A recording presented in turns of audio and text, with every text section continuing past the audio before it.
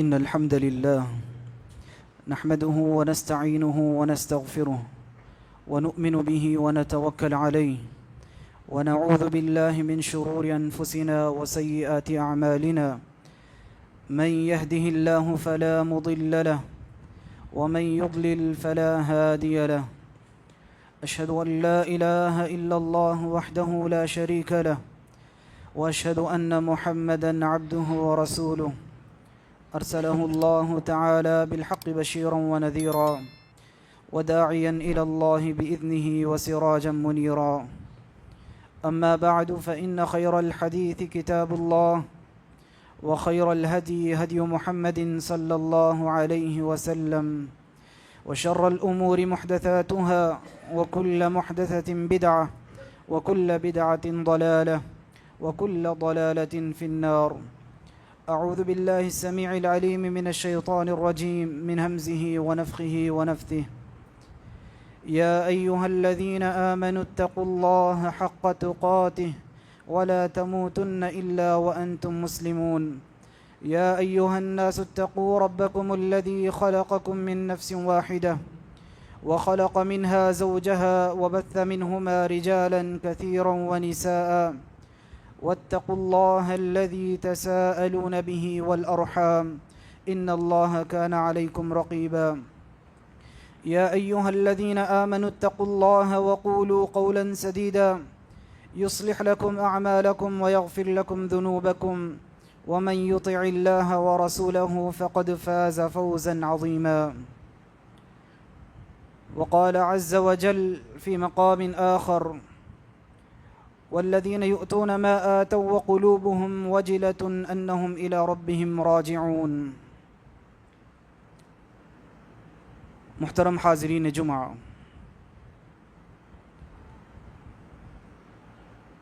سب سے پہلے تو اللہ تبارک و تعالی کا بے انتہا شکر ہے.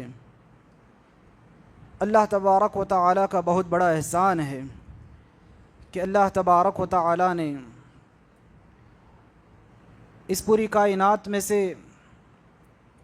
اپنے اربوں کھربوں بندوں میں سے ایمان اور توحید کے لیے ہمارا انتخاب فرمایا. اللہ تبارک و تعالی کا اس بات پر جتنا بھی شکر ادا کریں کم ہے. بعدہ درود و سلام نازل ہوں سارے ہی انبیاء پر، بالخصوص آخری نبی محمد رسول اللہ صلی اللہ علیہ وسلم پر، جن کو اللہ تبارک و تعالی نے اس کائنات میں ہماری ہدایت کا ایک بہت بڑا ذریعہ بنا کر بھیجا. صلی اللہ علیہ وسلم. محترم حاضرین جمعہ، الحمدللہ ابھی جن ایام سے ہم ہو کر آ رہے ہیں بڑے بابرکت ایام ہیں، چاہے وہ عشر ذی الحجہ کے ایام ہو جن کے تعلق سے اللہ تبارک و تعالی نے قرآن مجید میں کہا کہ وہ ایام معلومات ہیں. لیشہدوا منافع لہم ویذکروا اسم اللہ فی ایام معلومات. یا پھر اس کے بعد عید کا دن ہو یا عید کے بعد آنے والے ایام معدودات ہوں. بڑے بابرکت ایام تھے. اللہ تبارک و تعالی نے ان ایام میں بڑا اجر و ثواب رکھا تھا. معمولی سے معمولی عمل کوئی بندہ اگر کر لیتا، اللہ تبارک و تعالی بہت بڑے اجر عظیم سے اس کو نوازتے. یہ اللہ تبارک و تعالی نے اپنے خاص بندوں کے لیے مواقع فراہم کیے. یقیناً یہ اللہ تبارک و تعالی کی طرف سے بہت بڑا کرم، بہت بڑا فضل ہے. چاہے یہ ایام ہوں یا اس جیسے سال بھر میں آنے والے جو بھی ایام ہیں، نیکیوں کے جو بھی مواسم ہیں، اللہ تبارک و تعالی نے یہ سارے مواقع ہم انسانوں کے لیے فراہم کیے، ورنہ اللہ تبارک و تعالی کا اس کے اندر کوئی ذاتی فائدہ نہیں ہے۔ مثال کے طور پر اس دنیا کے اندر انسان جو بھی کرتے ہیں، یا یوں سمجھ لیے ہماری اپنی زبان میں جو بھی آفرز دیتے ہیں، اس میں کہیں نہ کہیں ان کا فائدہ چھپا ہوا ہوتا ہے کہ اگر ان ایام میں تم خرید و فروخت کرو گے تمہیں زیادہ سے زیادہ نفع حاصل ہوگا، مگر ضمناً کہیں نہ کہیں ان کا فائدہ چھپا ہوتا ہے۔ مگر اللہ تبارک و تعالی جو مواقع ہمیں فراہم فرماتے ہیں کہ اگر ان ایام کے اندر تم معمولی عمل بھی کرو میں تمہیں بہت اجر دوں گا، بڑا اجر دوں گا، اجر عظیم سے نوازوں گا، ان ساری چیزوں میں صرف اور صرف بھلائی ہم انسانوں کی ہوتی ہے، اللہ تبارک و تعالیٰ کی ذات کو اس سے کچھ فائدہ ہونے والا نہیں ہے۔ بلکہ زندگی بھر کی بھی عبادت ہم لے لیں، ایک بندہ پیدا ہونے سے لے کر مرنے تک بھی جو بھی عبادتیں کرتا ہے وہ اپنے فائدے کے لیے کرتا ہے، اللہ تبارک و تعالیٰ کی ذات کو اس سے کچھ لینا دینا نہیں ہے۔ اللہ تبارک و تعالیٰ نے تو ایک حدیث قدسی میں یہاں تک ارشاد فرما دیا، بڑی پیاری حدیث ہے، کہا کہ یا عبادی انکم لن تبلغوا ضری فتضرونی، کہ اے میرے بندو تم کبھی بھی میرے نقصان کو ہو یا نفع کو نہیں پہنچ سکتے ہو کہ تم مجھے کچھ نقصان پہنچاؤ یا مجھے کوئی فائدہ پہنچا سکو۔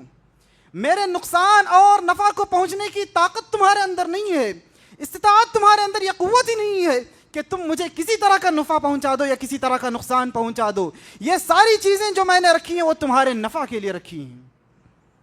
صبح شام جو عمل بندہ کرتا ہے اللہ کو راضی کرنے کی خاطر، اس میں فائدہ ہمارا چھپا ہوتا ہے، بندوں کا رہتا ہے، اللہ تعالیٰ کی ذات کو اس سے کچھ فائدہ نہیں ہوگا۔ وہی حدیث قدسی اللہ تعالیٰ نے مثال دے کر بھی سمجھا دیا بڑے پیارے الفاظ میں۔ اگر آپ وہ حدیث پڑھیں گے کتنا پیارا انداز اللہ تعالیٰ نے استعمال کیا اپنے بندوں کے لیے، کئی مرتبہ اسی ایک حدیث میں اللہ تعالیٰ نے اے میرے بندو، اے میرے بندو، اس طرح کے الفاظ، یا عبادی یا عبادی، کہ اے میرے بندو۔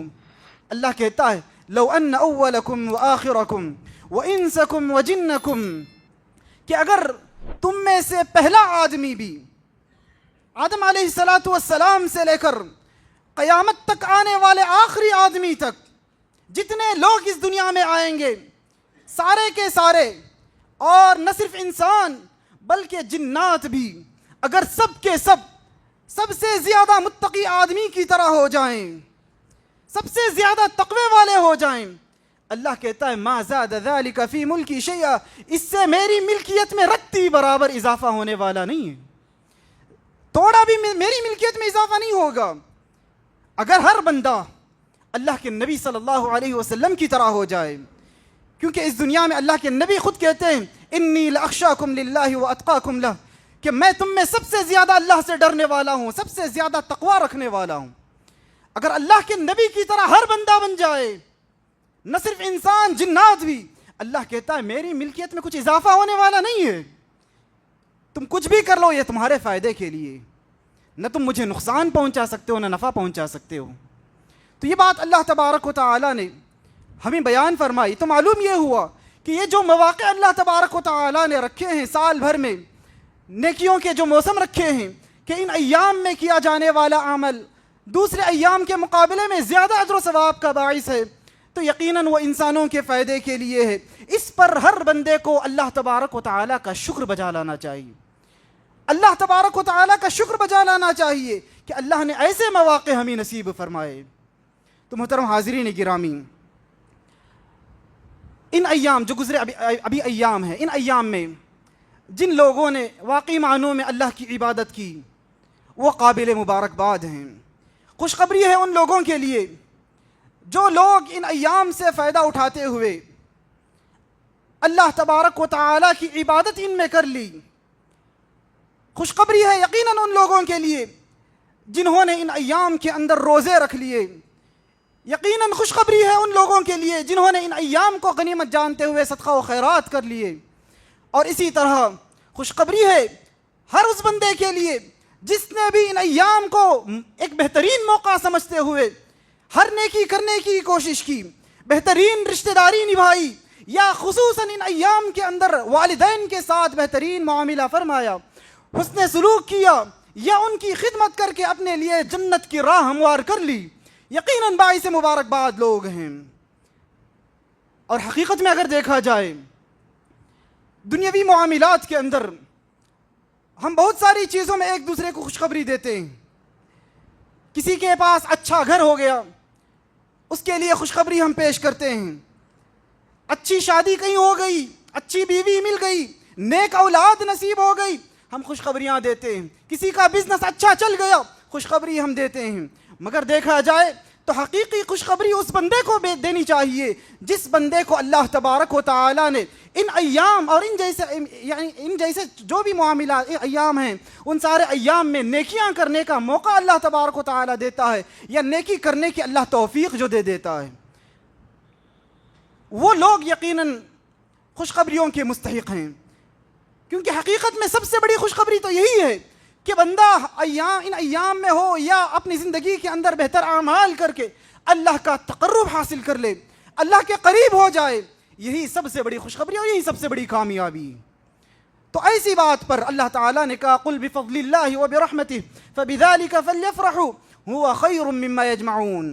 تو یہ اللہ کا بہت بڑا فضل ہے، اللہ کی بہت بڑی رحمت ہے، جنہوں نے بھی ان ایام میں نیکیاں کر لیں خوشخبری کے مستحق ہیں، اور اللہ تبارک و تعالیٰ کے حکم کے مطابق یہ سب سے بہترین زاد راہ، سب سے بہترین چیز ہے کہ بندہ نیکیاں کر کے اللہ کا تقرب حاصل کر لے، اللہ کو راضی کر لے، یہ سب سے بہترین توشہ اس کے لیے ہے۔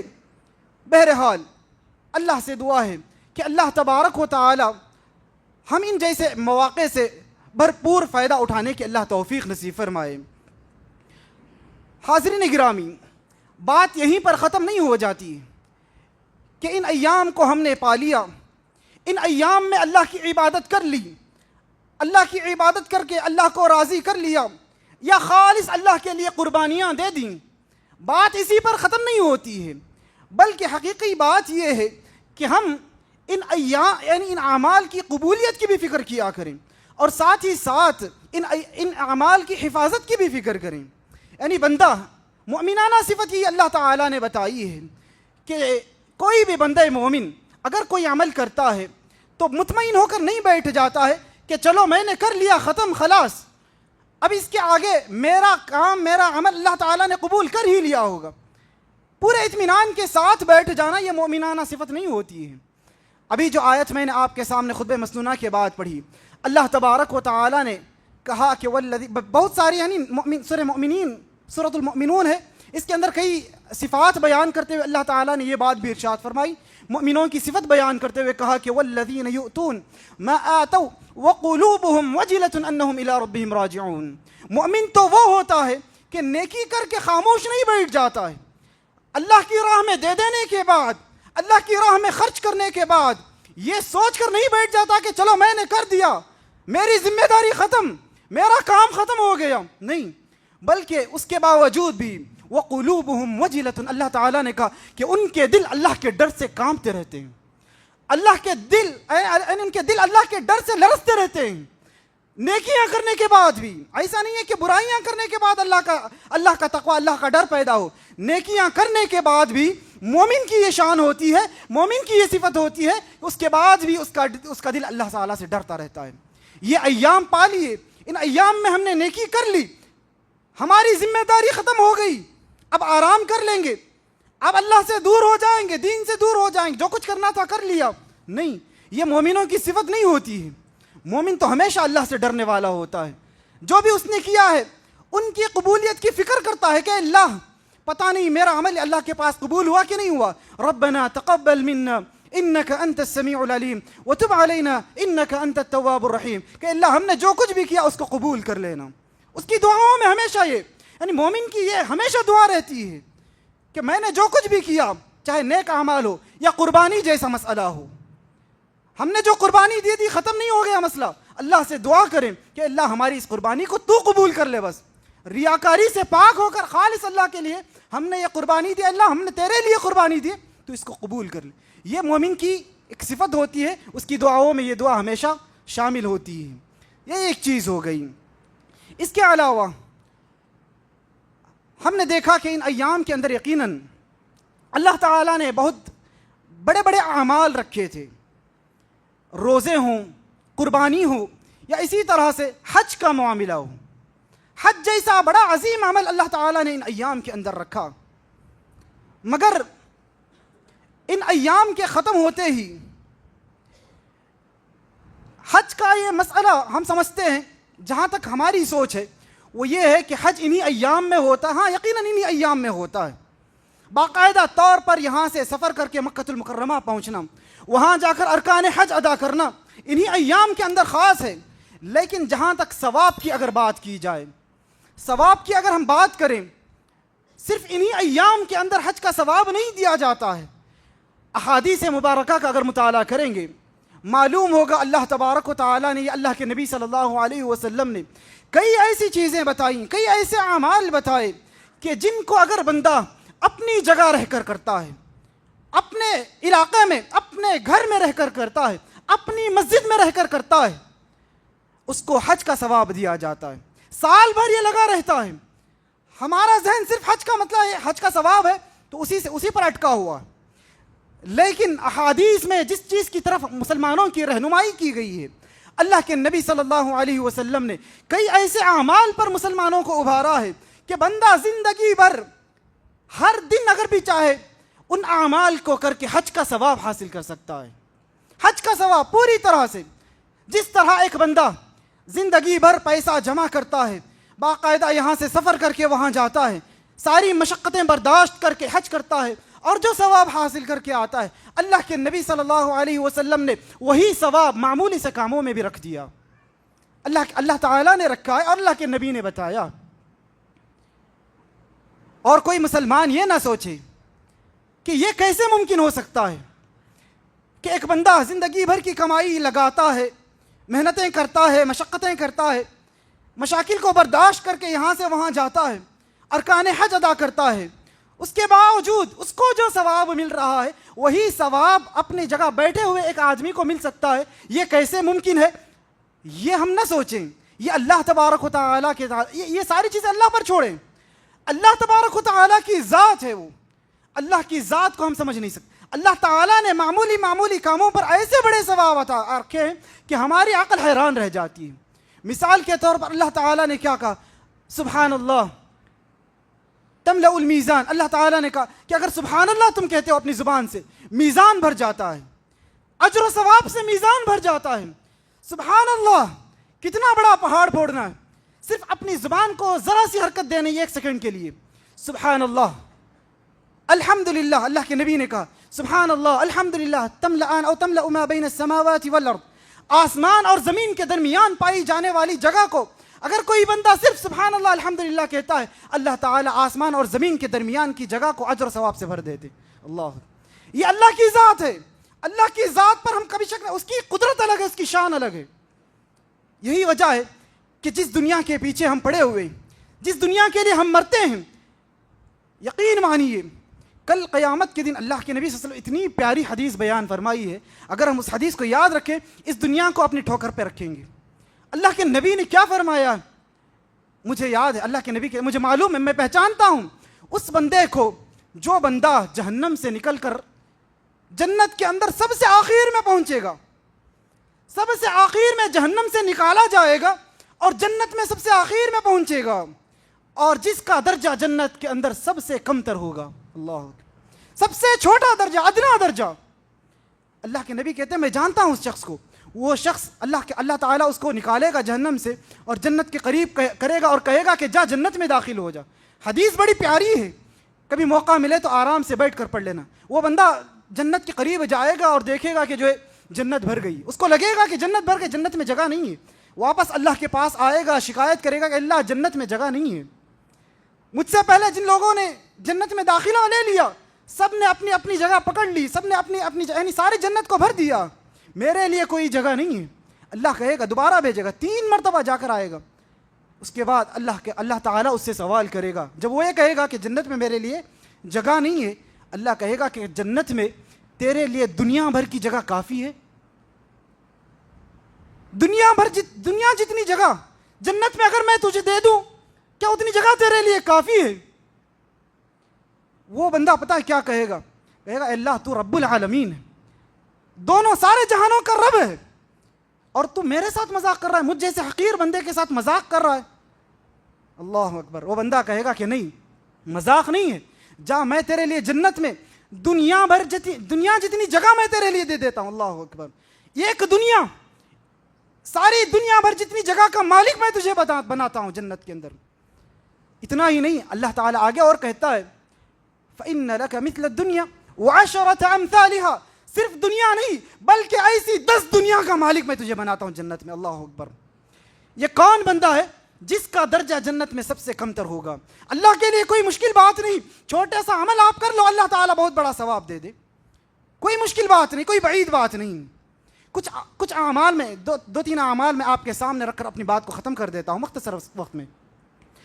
سب سے پہلی چیز یہ ہے، اللہ کے نبی صلی اللہ علیہ وسلم نے ویسے تو کئی اعمال بتائے ہیں، ایک عمل اللہ کے نبی صلی اللہ علیہ وسلم نے بتایا.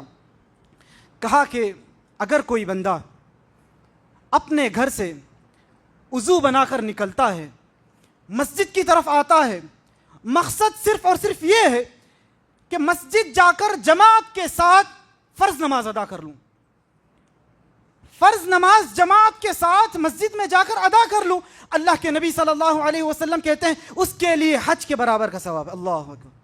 کتنا بڑا کام ہے، کوئی بہت بڑا کام ہے نہیں، معمولی سا عمل.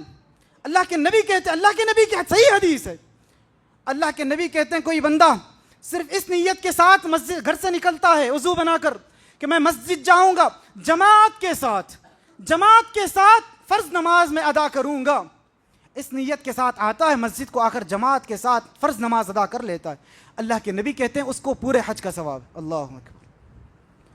اور اسی طرح نہ صرف حج، عمرے کے تعلق سے بھی اللہ کے نبی نے کہا کہ اگر کوئی بندہ فرض نماز کے بجائے نفل نماز پڑھنے کے لیے مسجد کو آتا ہے، گھر سے نفل نماز ادا کرنے کے لیے مسجد کو آتا ہے، حالانکہ نفل نماز گھر میں بھی پڑھی جا سکتی ہے، کوئی مسئلہ نہیں، لیکن اگر مسجد آ کر پڑھتا، اللہ کے نبی اسی حدیث میں کہتے ہیں کہ اس کے لیے عمرے کا ثواب ہے. اللہ اکبر.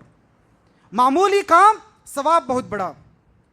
اس کے علاوہ ایک اور عمل اللہ کے نبی صلی اللہ علیہ وسلم ارشاد فرماتے ہیں کہ جو بندہ جماعت کے ساتھ فجر کی نماز ادا کرتا ہے، جماعت کے ساتھ فجر کی نماز ادا کر لیتا ہے، فجر کی نماز ادا کرنے کے بعد اپنی جگہ پر بیٹھ کر اللہ کا ذکر کرتا رہتا ہے یہاں تک کہ سورج طلوع ہو جائے، یہاں تک کہ سورج طلوع ہو جائے. پھر اس کے بعد سورج طلوع ہونے کے بعد 2 رکعت نماز پڑھتا ہے، اس کے بعد مسجد سے نکل جاتا ہے. اللہ کے نبی کہتے ہیں کہ اس کے لیے حج کا پورا ثواب دیا جائے گا. اللہ کے نبی نے اس حدیث میں 3 مرتبہ تامہ کا لفظ استعمال کیا ہے، تامتن تامتن تامتن. مطلب کیا ہے؟ اس کے لیے پورے پورے پورے حج کا ثواب ہے. اللہ اکبر. کتنے وقت کی بات ہے؟ زیادہ سے زیادہ فجر نماز کے بعد سے لے کر سورج کے طلوع ہونے تک آدھا گھنٹہ یا پونا گھنٹہ رہتا ہے، یا زیادہ بھی مان لے 1 گھنٹہ رہتا ہے. ویسے تو ہمارے پاس بہت زیادہ وقت ہے، بیکار کے کاموں کے لیے، بیکار کی باتوں کے لیے ہم اپنے ساتھیوں کے ساتھ نماز کے بعد کھڑے ہو جاتے ہیں تو گھنٹے نکل جاتے ہیں، ایسے ہی گھنٹے کھڑے ہو کر گھنٹوں بات کرتے ہیں. اور اگر آج کی مصیبت، کوئی بندہ فون پکڑ کر بیٹھ جاتا ہے نماز پڑھ کر جانے کے بعد، 8 بھی بج جاتے ہیں، 9 بھی بج جاتے ہیں، وقت کا کوئی اندازہ نہیں ہوتا ہے، ایسے ہی نکل جاتا ہے وقت. لیکن اللہ کے لیے آدھا گھنٹہ بیٹھنا ہمارے لیے گوارا نہیں. حقیقی مقصد، جس مقصد کے لیے اللہ نے ہمیں پیدا کیا ہے، اللہ کی عبادت، اس کے لیے ہمیں مسجد میں آدھا گھنٹہ بیٹھنا ہمارے لیے گوارا نہیں ہے. صرف سننے کی حد تک یہ باتیں نہ رکھیں، میری گزارش ہے عمل کرنے کی کوشش کریں. یہ بڑے بڑے چھوٹے چھوٹے اعمال پر اللہ تعالیٰ نے حج کا ثواب رکھا ہے. سال بھر آپ کر سکتے ہیں، حج کا ثواب کما سکتے ہیں. آدھا گھنٹہ اللہ کے لیے نکالیے، اللہ کا ذکر کیجیے، قرآن پڑھیے، سبحان اللہ، الحمدللہ، نماز کے بعد، فجر کی نماز کے بعد بیٹھ کر اللہ کے ذکر میں لگ جائیے، پھر اس کے بعد سورج طلوع ہونے کے بعد 2 رکعت پڑھ لیجیے۔ حج کا ثواب اللہ کے نبی نے 3 مرتبہ تاکید کے ساتھ فرمایا کہ پورے حج کا ثواب ملے گا، اس کے اندر کوئی کمی نہیں ہوگی۔ ایک اور عمل، بڑا بہترین عمل، اور یہ موقع ہم سب کے پاس ہے الا ماشاء اللہ، خصوصی طور پر نوجوانوں کے پاس۔ آخری بات بتا کر اپنی بات کو ختم کر دیتا ہوں۔ اللہ کے نبی صلی اللہ علیہ وسلم کے پاس ایک صحابی آتے ہیں،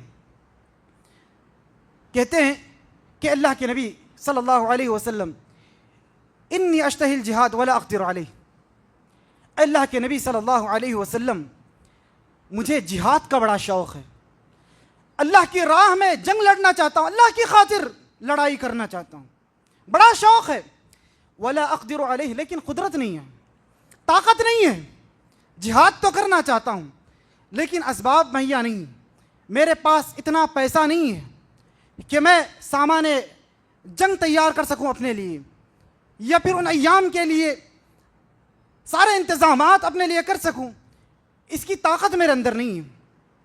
اللہ کے نبی صلی اللہ علیہ وسلم کا سوال دیکھیے، آپ صلی اللہ علیہ وسلم کہتے ہیں فَهَلْ بَقِيَ أَحَدٌ مِّن وَالِدَيْكَ، کہ کیا تمہارے والدین میں سے کوئی ایک بھی زندہ ہے؟ اللہ اکبر، والدین میں سے کوئی ایک بھی زندہ ہے؟